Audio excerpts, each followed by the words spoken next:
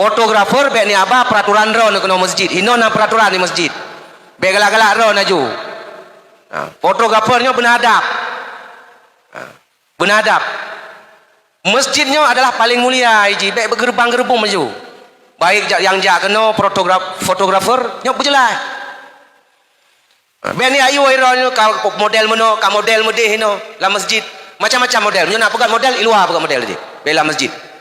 hino hanjir ikuti pu yang ipegai peraturan di masjid munyo memang katanya na perlu untuk dilaksanakan pencegahan untuk ke wati hitam tu ana salah awak masjid karena apa kan lagu ka macam-macam kena masjid nyo ke fotografer payah tata jid kebiasaan yang dilakukan fotografer ba tempat pesta be ba masjid hino kan tempat memen nyo hino tempat ibadah karena nyo menikah juga bagian daripada ibadah maka gebi dengan catatan kamu di kantor KUA nyo